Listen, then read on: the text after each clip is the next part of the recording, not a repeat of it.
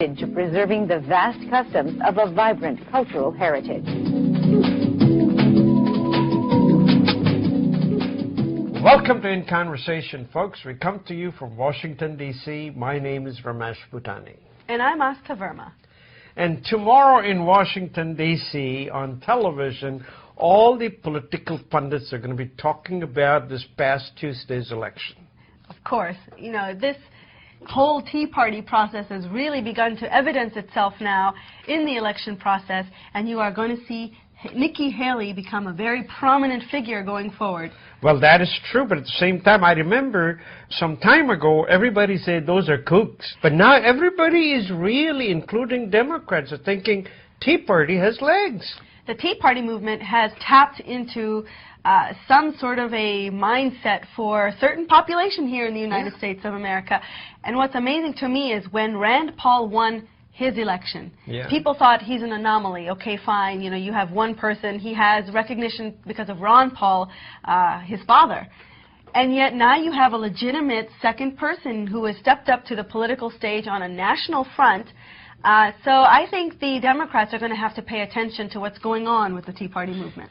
Few of the races that have been followed by the press, I must tell you, it is kind of nice to see Carly Fiore from Hewlett-Packard, I think it was. Hewlett-Packard, what's interesting about that is if you know Carly Fiore's history a little bit, you know that she was a very controversial figure within HP. She was not necessarily well-liked for her methodologies, and in fact, she was ousted from the company because she secretly tape-recorded board call meetings. That's right. And for that, you know, that did not go down well. So let's just say there's a few skeletons in her closet. But at the same token, all the acquisitions that she made and all the hard work that she did, it paid off after she left, you know. And she was a player in the election back when President Obama got elected. She was on all the political shows at that time.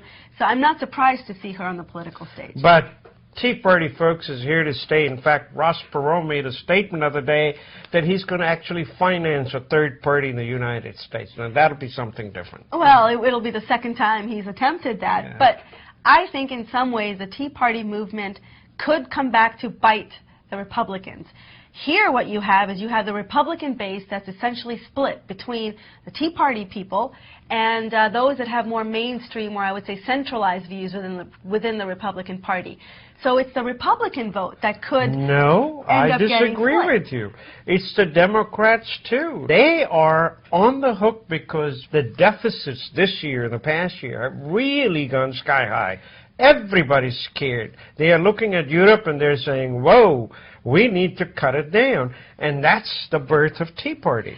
You know, Ramesh, I'm going to disagree with you now a little bit, too, because the Tea Party movement ultimately its roots were from a faction of the Republican Party that broke off and decided they wanted to hold on to those ultra-conservative views, not just the deficit. The deficit is the one thing I think that is a central theme of the Tea Party movement, but in general, the other things that they have embraced, they have been accused of being a racist group of people. They've been accused of having ultra-conservative views.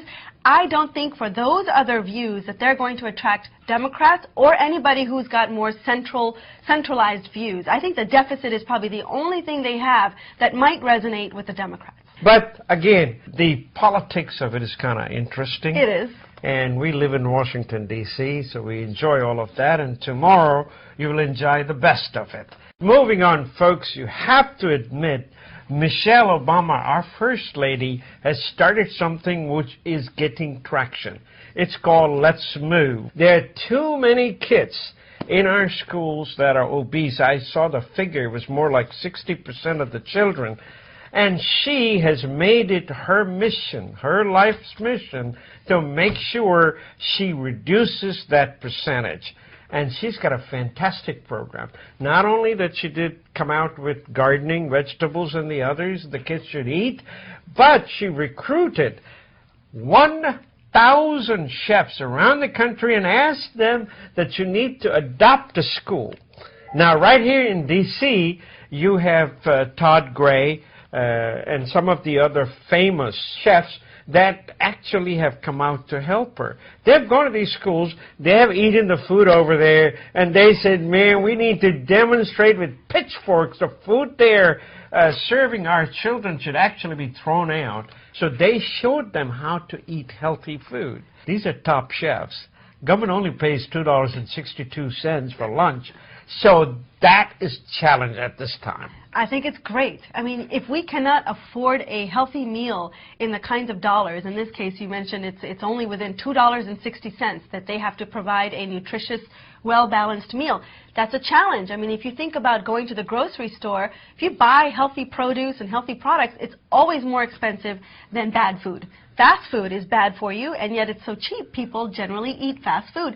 But the most atrocious thing is that our school lunches resemble fast food more than they resemble fresh, home-cooked meals, which is what I think Michelle Obama has decided that's where she's going to begin this process as kids, starting at an early age. I think it's brilliant.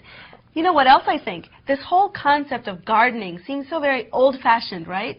And yet I think it's brilliant. It's the one thing we can all do for ourselves, and we don't necessarily have to spend big bucks to see a return if we just expend some effort. That's the key part, though, is it requires time, and most of us don't have time. By the way, folks, she's telling the top chefs there is money in this business, too.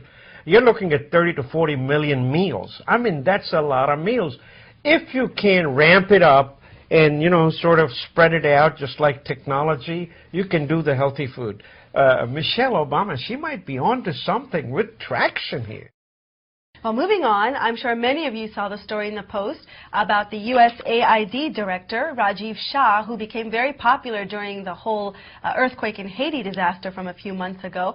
He is now starting a new program called Feed the Future that focuses on improving the agricultural systems of at least 20 countries. Of course, India is one of them, and that's because hunger has now topped 1 billion people globally, which is the highest number it has ever been since 1970. What I like to see here is that this is a global program, and who is at the helm of it but an Indian figure, and he's young. He's 37 years old. He was thrust into the limelight because of Haiti, but now he's going after something which I think is a very, very noble thing to do, and I think it's going to pay off. Interestingly enough, he says the way to get to this goal is to go after female farmers.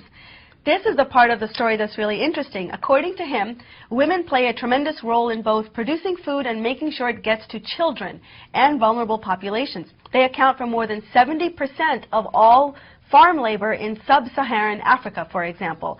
So therefore, when $1 of income goes to a woman, it's far more likely to generate improvements in health and welfare than if that dollar goes to a man. Isn't that interesting? Very interesting. And by the way, he was a deputy secretary in the Department of Agriculture, so he has sort of mixed up his experience.